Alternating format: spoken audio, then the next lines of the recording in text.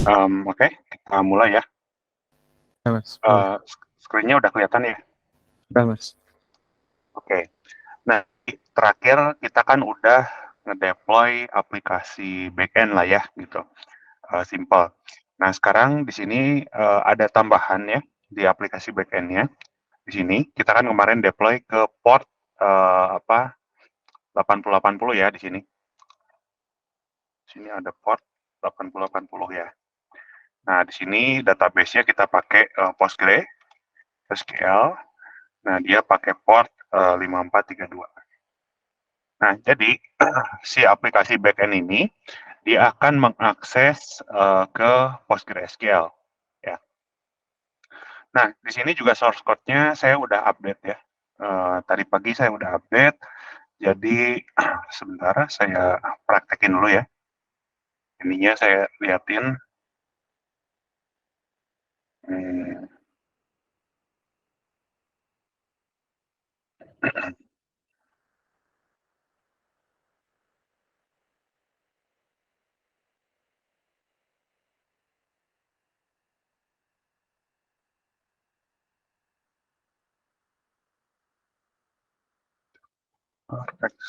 oh,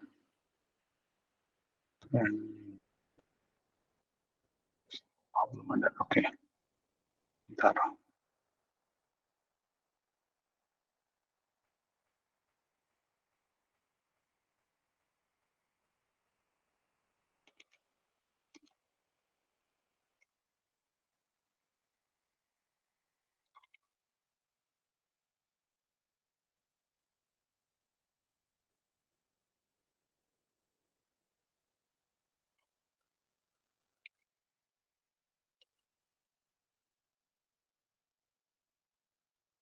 Ups.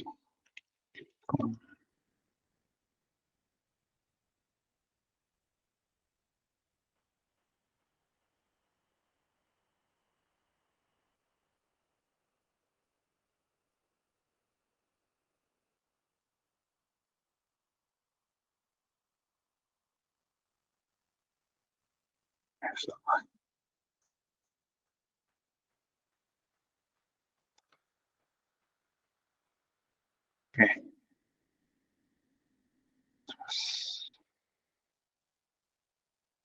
oh, oke.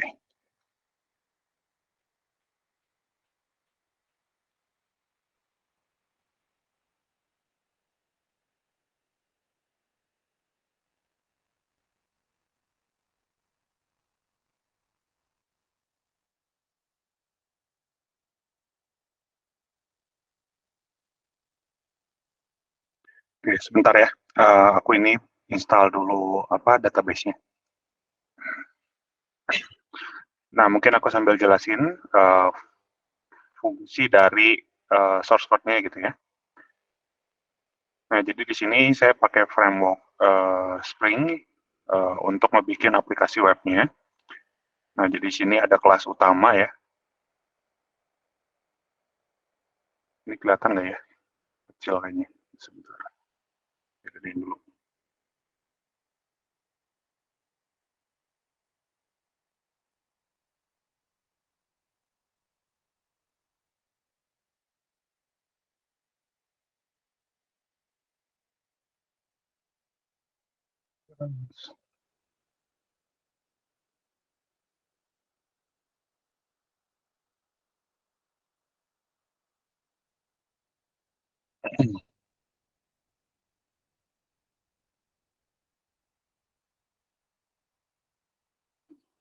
Ini kelihatan ya? Ya, sudah, Mas. Oke. Nah, jadi di sini ada fungsi utama ya, fungsi utama atau main class di Java. Nah, terus di sini juga ada konfigurasinya. Konfigurasinya. Nah, di sini ada nama projectnya ya. Projectnya misalnya product service, application web servernya. Di sini dia running di port 8080 nantinya. Terus di sini ada koneksi ke database ya. Koneksi ke database, ini localhost, portnya segini, nama database-nya produk gitu ya. Terus di sini juga ada user database-nya, ini produk, password database-nya juga produk. Oke. Nah, terus di sini juga ada skema database-nya ya. Jadi ini biasalah ya, saya bikin tabel, misalnya produk, terus di sini produk ID, product name, description, price, stock, sama last update. Terus di sini saya juga inputin dua data ya. Ada produknya, misalnya Mac Pro, terus sama iPad gitu. Nah, kemudian di sini di source code-nya ada model. Okay. Nah, modelnya ini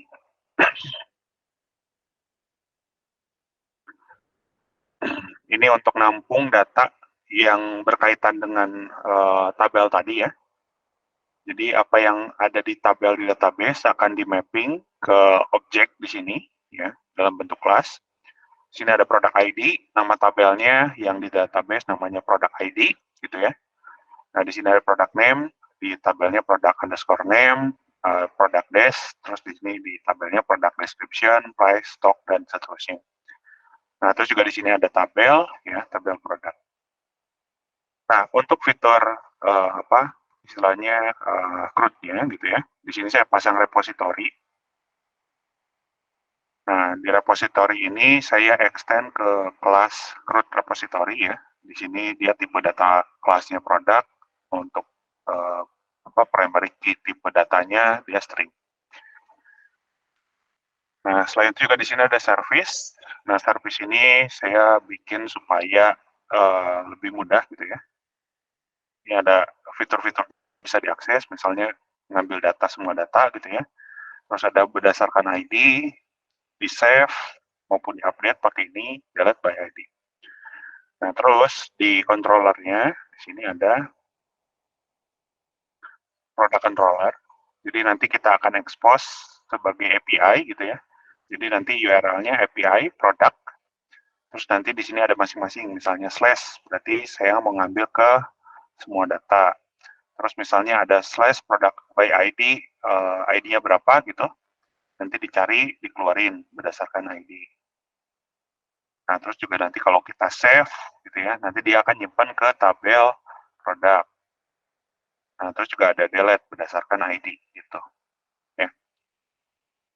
Oke, nah sampai sini ada yang ditanya dulu nggak? Masih aman sih, Mas. Aman ya. Oke. Nah, ini saya exit dulu.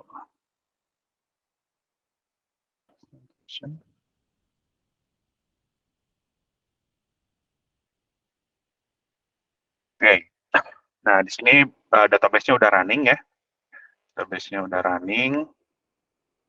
Kita cek dulu.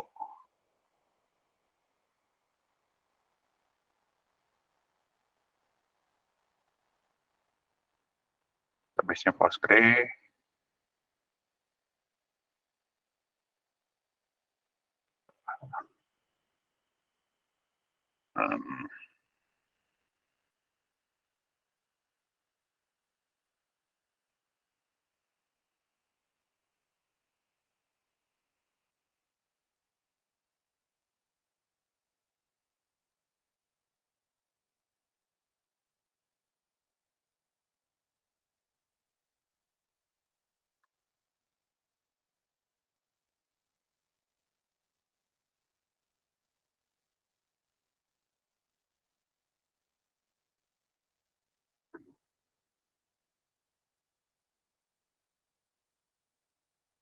Oke, ini udah connect ya.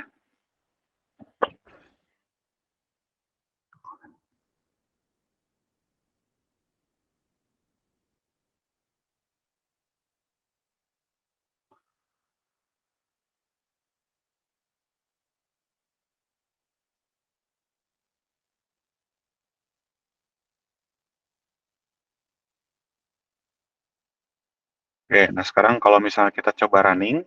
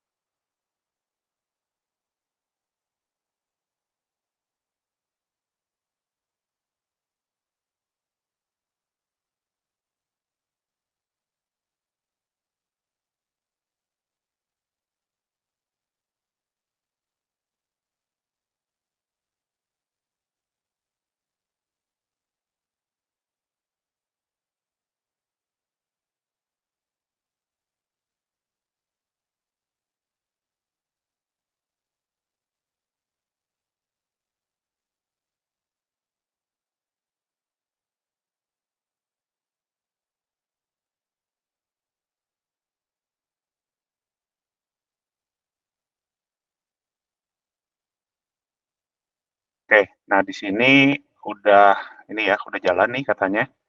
Di sini juga database-nya katanya udah connect ya. Nih, Icaripple Database Connect. Terus di sini juga dia udah ngejalanin database migration-nya nih. Ya, database migration-nya dia udah jalan ya. Nih, versi 1 untuk skema produk udah dieksekusi, udah oke juga, terus dia udah running di 8080 ya. Nah, kemudian di sini kalau saya coba tes gitu ya, nah saya mau nyari semua data, berarti di browser kan kita buka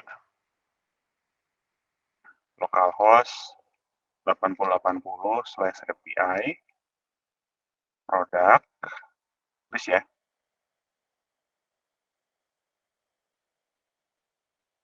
Nah, ini kan muncul nih ya. Saat ini kalau pakai Chrome enggak ini ya, Firefox aja.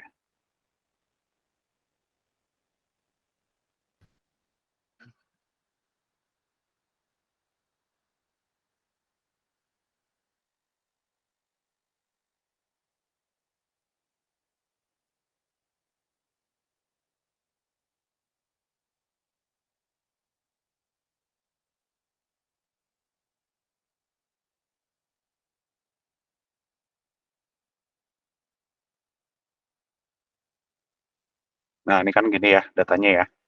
Nih, apa yang kita input ke tabel akan dia tampilkan gitu. Nah, sekarang ini kan masih di lokal ya. Ini masih di lokal. Nah, saya akan stop dulu supaya nggak berat.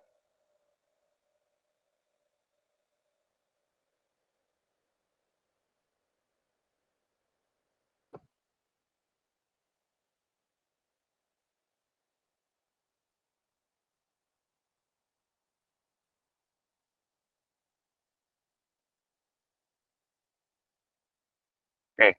Nah, sekarang kita akan deploy si aplikasi yang barusan ya ke server ya atau ke VM yang udah kita pasang kemarin gitu ya. Nah, caranya sebetulnya sama ya. Jadi intinya kan kita harus compile dulu ya, harus compile dulu si source code-nya udah jadi jar baru kita deploy gitu ya. Nah, di sini juga saya udah udah bikinin lagi ya. Ini ada rilis versi 2 sini. Nah, teman-teman bisa download si versi 2-nya ini. Nanti saya kirim linknya ya. Nah, saya mau login dulu ke VM-nya.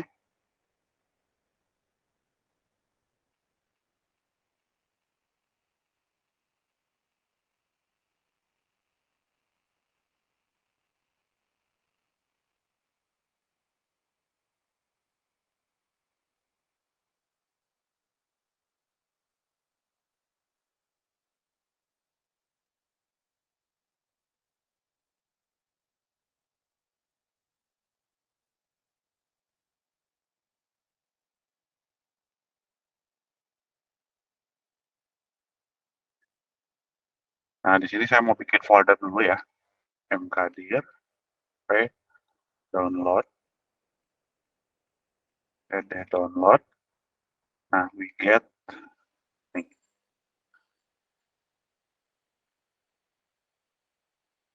Oke, nah ini saya kirim di chat ya.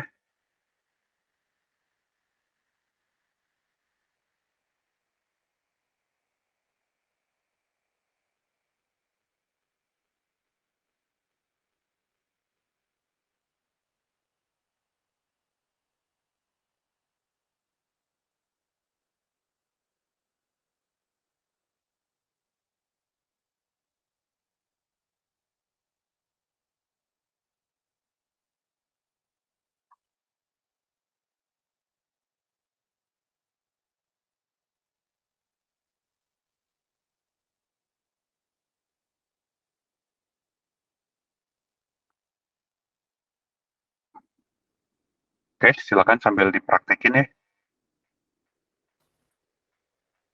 Nah, ini tadi saya bikin folder. Di folder download. Habis itu saya copy linknya. Pakai widget ke versi 2.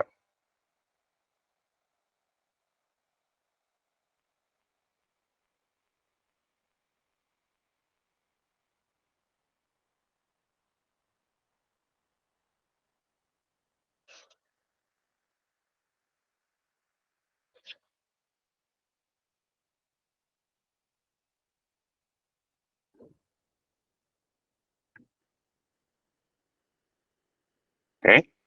Nah, kalau udah, sekarang file jar yang tadi, ini kita harus deploy kan ya. Nah, untuk deploy-nya sama kayak cara sebelumnya ya. Jadi kita bisa copy aja ke folder var ya, atau ISR, sorry. ISR kemarin tuh aplikasi, application, dan Java. Oh, sorry.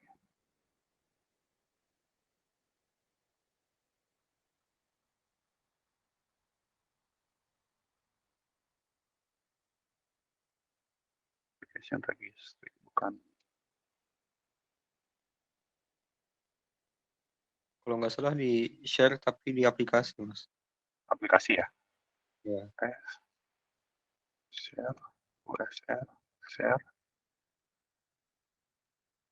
aplikasi, application, sama ini. Application-nya ganti aplikasi. Oh, aplikasi ya, sorry. Aplikasi. Oh iya, benar-benar. Oke. Nah, ini ya. Nah, ini kita bisa copy aja, gitu. Kita pindahin ya ke aplikasi ya. Berarti kan MV filenya ke USR, share aplikasi ini. Oops, kita pakai sudo ya.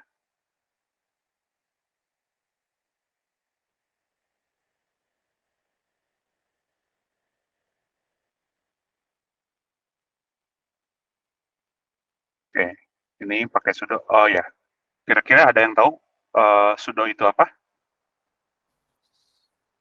User. Ya, betul ya. Jadi kalau user biasa gitu, dia nggak akan bisa nih ngakses di luar yang punya dia gitu. Jadi kalau misalnya di luar itu kita harus naik level si usernya. Nah, user ini ada yang bisa jadi sudo, ada yang nggak bisa gitu ya. Nah, ini tergantung dari levelnya. Nah, kebetulan untuk user Dimas ini, karena waktu install kemarin kan kita checklist tuh yang sudoers ya. Jadi dia bisa sudo. Nah, kalau nggak di checklist, dia nggak akan bisa. Gitu. Nah, cara lain adalah kita ya login sebagai root aja. Gitu. Oke. Sorry.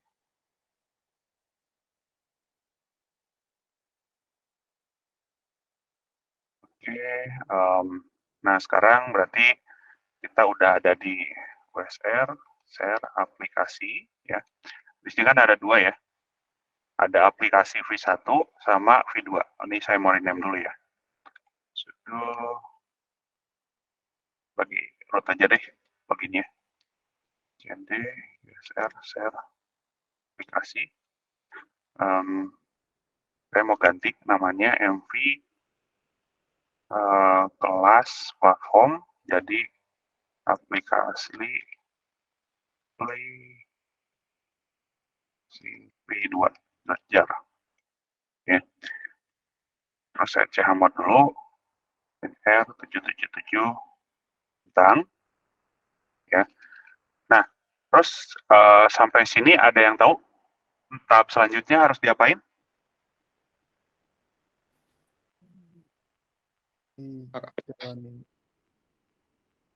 Gimana? Hak akses Akses?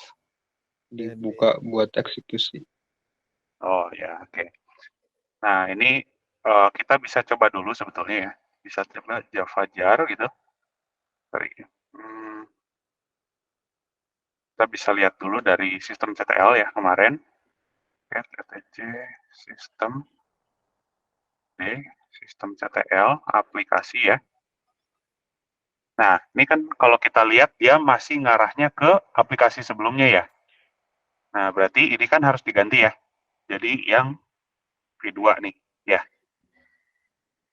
Nah, sebetulnya biasanya kalau kalau ini ya, kalau nggak mau repot gitu ya, kita ganti-ganti di sini. Biasanya kalau saya bikin yang namanya symlink atau shortcut gitu ya. Nah, jadi di folder tadi, USR, share, aplikasi. Nah, di sini saya bikin link, misalnya ln -s aplikasi v2 jadi aplikasi.jar misalnya. Ya. Nah, dengan begini, kalau kita lihat ya, nah, si aplikasi Menjar ini, dia akan menggunakan aplikasi .v2.jar. Ya. Nah, jadi kalau kita eksekusi ya, Java Menjar gitu, aplikasi.jar, dia akan buka yang ini, yang v2 gitu. Nah, sometimes kalau kita mau update gitu, ya berarti kan kita nanti tinggal bikin linknya lagi aja gitu ya. Misalnya saya hapus dulu rm aplikasi.jar gitu. Nah, saya bikin link lagi ln -s aplikasi v1 gitu, aplikasi.jar. Nah, kalau kita ll lagi, nah dia akan mengarahkan aplikasi v1 ya. Nah, jadi kita nggak perlu rubah lagi yang di sini di filenya gitu ya. Nah, jadi di sini kita tinggal ganti aja nih ininya ya. Ini sekarang kita ganti aplikasi service. Jadi aplikasi.jar. Nah, gini aja. Oke. Nah, kalau sudah, ya kita bisa, karena ini masih di v1 ya, kita coba reload dulu, systemctl, daemon reload, systemctl, restart, aplikasi. Terus kita lihat statusnya.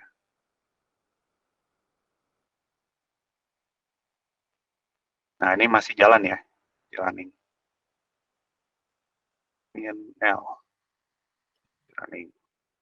Nih, dia jalan tapi masih pakai versi sebelumnya.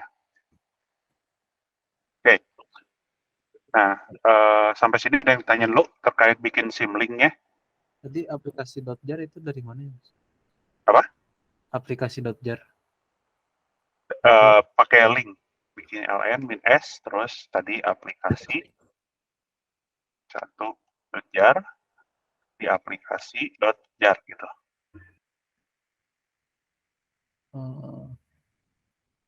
Yes.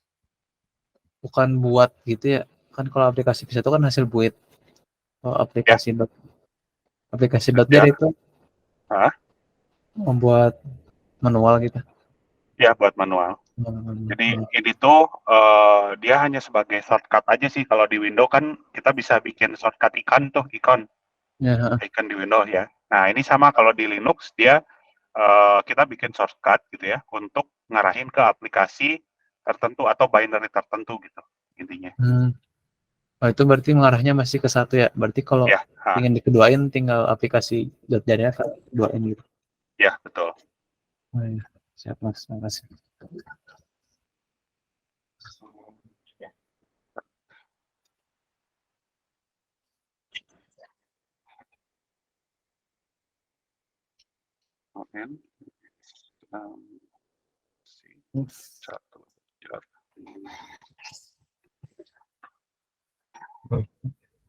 Nah, ini tadi ya.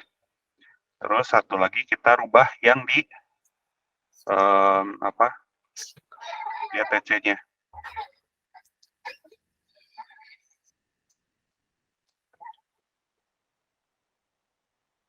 Nih, dirubah ya. Jadi aplikasi.jar. Mau tanya Mas, Ya. di file konfigurasi aplikasi.service kan exec start-nya itu ke aplikasi.jar. Ya. Itu harus diubah lagi. Apakah kan udah di symlink-in ke aplikasi jar versi 2? Ya, nanti kalau misalnya mau ganti versi gitu ya. Jadi yang sebelumnya kita hapus dulu rf aplikasi.jar. Tapi yang kalau linknya, di dalam di sininya, file Itu nggak Hah? usah kan? Nggak perlu Oh lagi. iya, iya, iya. Hmm.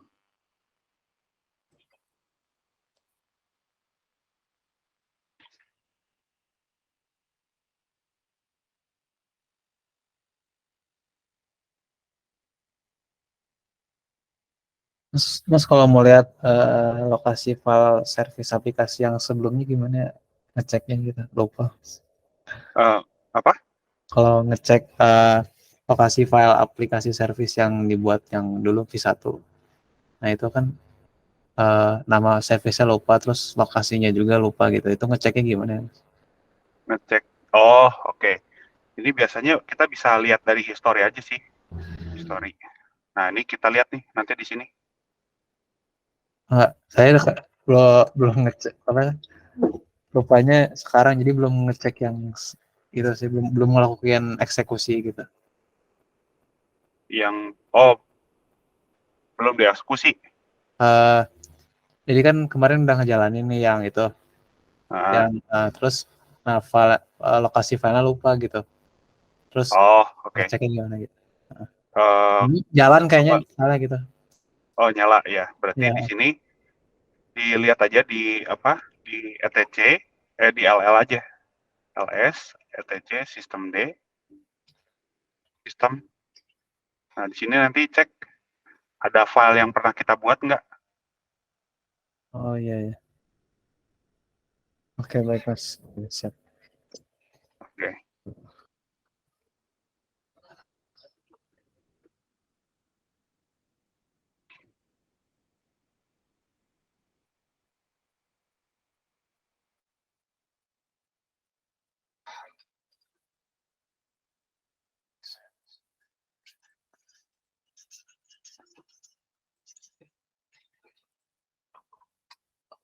Oh, sorry.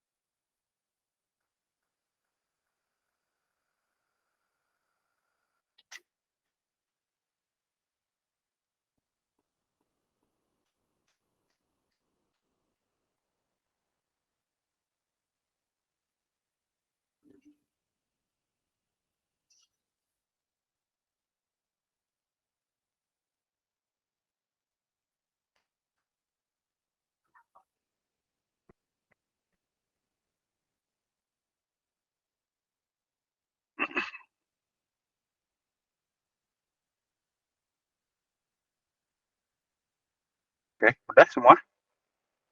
Bikin sim linknya.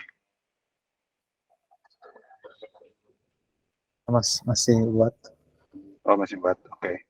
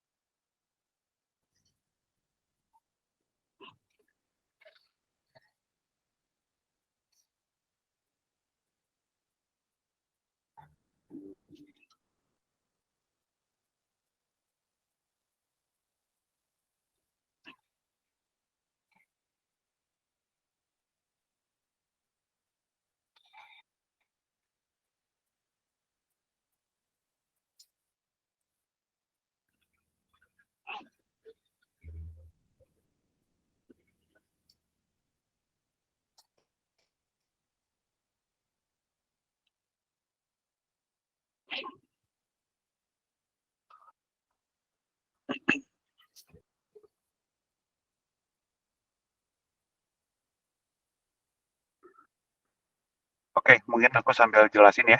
Selanjutnya di sini,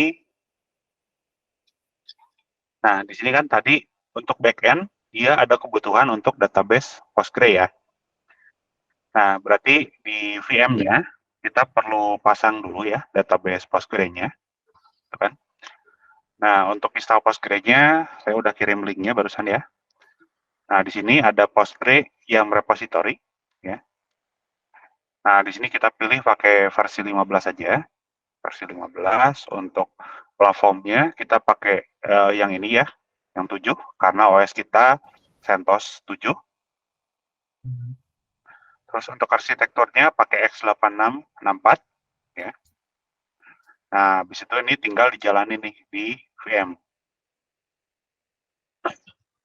Nah, make sure kita login sebagai root ya.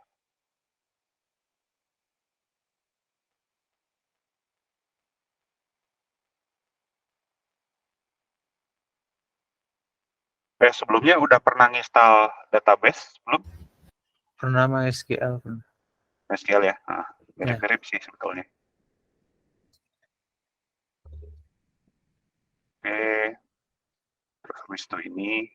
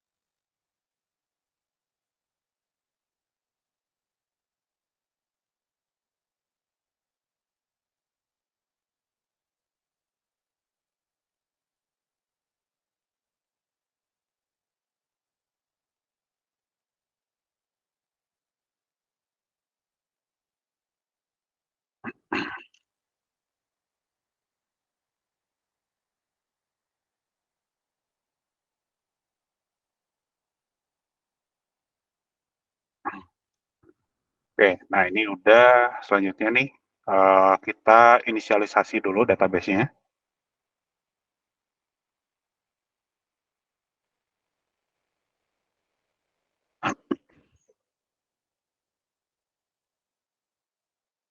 Nah, ini sudah oke. Habis itu kita tinggal sama ya, kita aktifin service-nya. Pakai systemctl enable. Min no.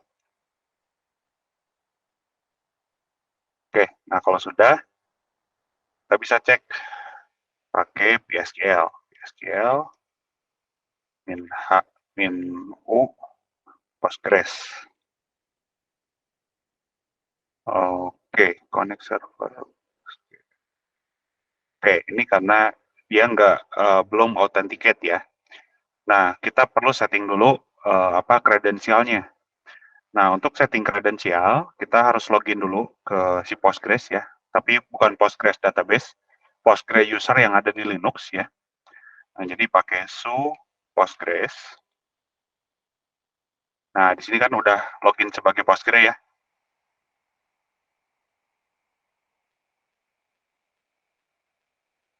Oke. Nah, habis itu kita bisa pakai PSQL. Nah, kalau di sini bisa kan? Nah, kita setting dulu passwordnya pakai /password. Nah, ini kita bisa masukin password untuk user Postgres ya. Misalnya apa namanya? Yang simpel aja, saya pakai admin. Ini juga admin. Oops, sorry. Admin. Oke. Nah, habis itu kita logout ya. Ctrl C aja. Ctrl D. Habis itu Ctrl D lagi. Nah, habis itu kita bisa cek ya PSQL pakai user root. misalnya atau pakai user biasa, min U, Postgres, min W. Nah, ini kita masukin passwordnya, admin.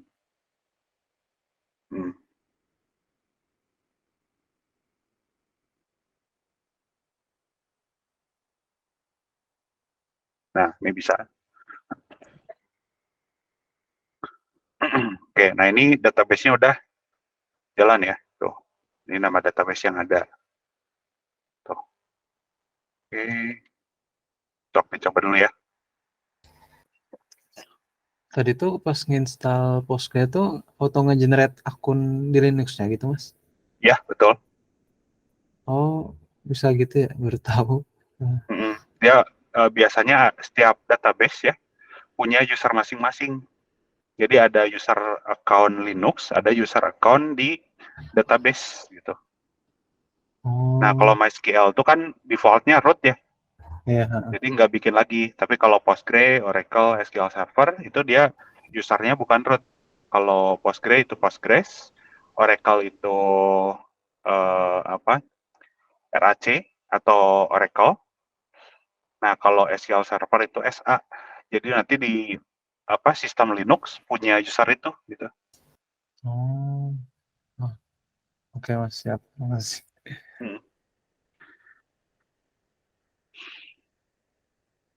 Nah, ini tadi ya, sampai inisialisasi DB diaktifin. Terus ini kita sebentar, copy dulu ya. Kita login sebagai Postgres.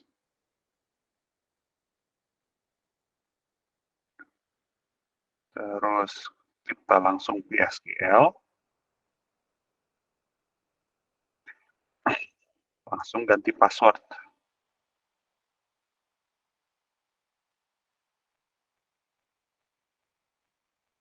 Untuk login, ini.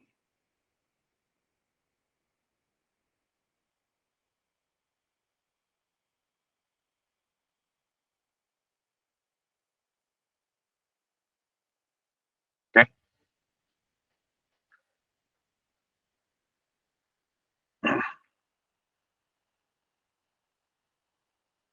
Oke, kita break dulu ya, 15 menit. Kita balik lagi 3.15. Azan dulu ya. Siap, Mas.